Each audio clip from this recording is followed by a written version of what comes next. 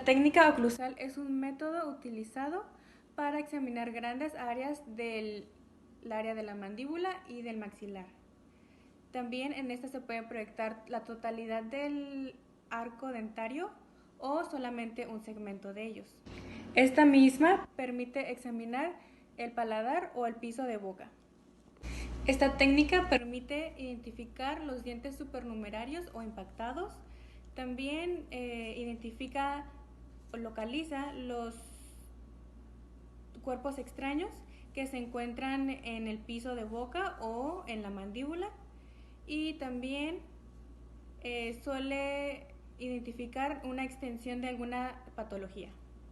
La técnica oclusal también detecta y localiza cialolitos en los conductos de las glándulas salivales y también evalúa la integridad del seno maxilar. Para tomar la topografía superior, la película se coloca en el plano oclusal al piso con el lado activo dirigido hacia arriba. El borde posterior de la película debe tocar la rama de la mandíbula y esta se va a sostener cuando el paciente cierre la boca. ¿Abre?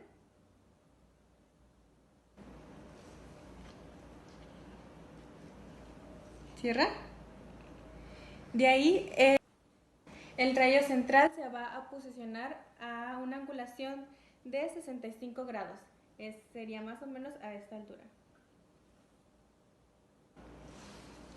En la radiografía se proyectará el segmento anterior del maxilar y la parte anterior del piso de las fosas nasales. Para la topografía inferior, la película se posiciona en el plano oclusal a 45 grados respecto al piso, con el lado activo dirigido hacia abajo. El borde posterior de la película va a tocar la rama de la mandíbula y se va a estabilizar con la mordida del paciente. ¿Ahora? Cierra. Para el rayo central se va a poner con una angulación de menos 55 grados, que sería como a esta altura. A la altura de la barbilla. En la imagen va a incluir el segmento anterior de la mandíbula y la parte inferior del cortical. Para la toma de radiografías laterales superiores, ya sea derecha o izquierda, la película va en plano oclusal, paralelo al piso, con el lado activo de la película hacia arriba y el borde posterior tocando la rama de la mandíbula. El eje largo de la película debe ser paralelo al plano sagital en el lado de interés, ya sea derecho o izquierdo. El borde lateral de la película debe extenderse 1 centímetro más aproximadamente de las cúspides vestibulares. Abre, por favor. Y hacia 1 centímetro más hacia acá. Y el rayo central debe tener una angulación vertical de 60 grados, que sería como a esta altura.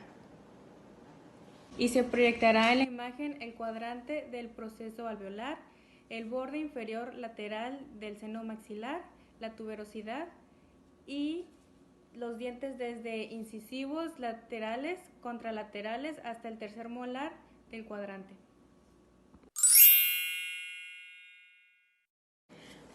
Para tomar radiografías laterales inferiores, la posición del paciente debe ser en forma semi-reclinada, con la cabeza ligeramente hacia atrás.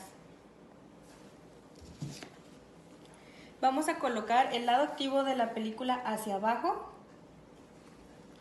y con el borde posterior de ella tocando la rama de la mandíbula, con el eje largo en el lado de interés, ya sea derecho o izquierdo.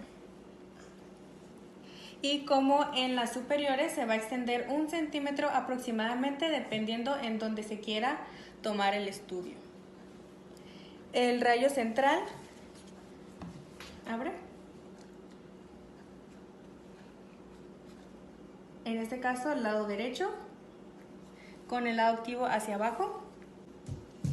El eje central del rayo se va a dirigir de forma perpendicular a la película, debajo del mentón, o sea, de la línea media. En este caso sería como algo así. En la imagen se va a proyectar los tejidos blandos del piso de boca del cuadrante, los corticales, vestibulares y linguales de la mandíbula y del tercer molar hasta el incisivo lateral contralateral.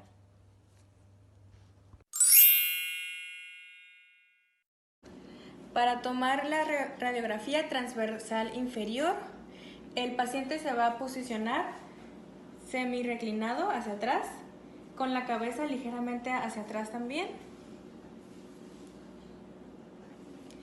Y en la película, el lado activo va a ser dirigido hacia abajo, el borde posterior va a tocar la rama de la mandíbula. Abre.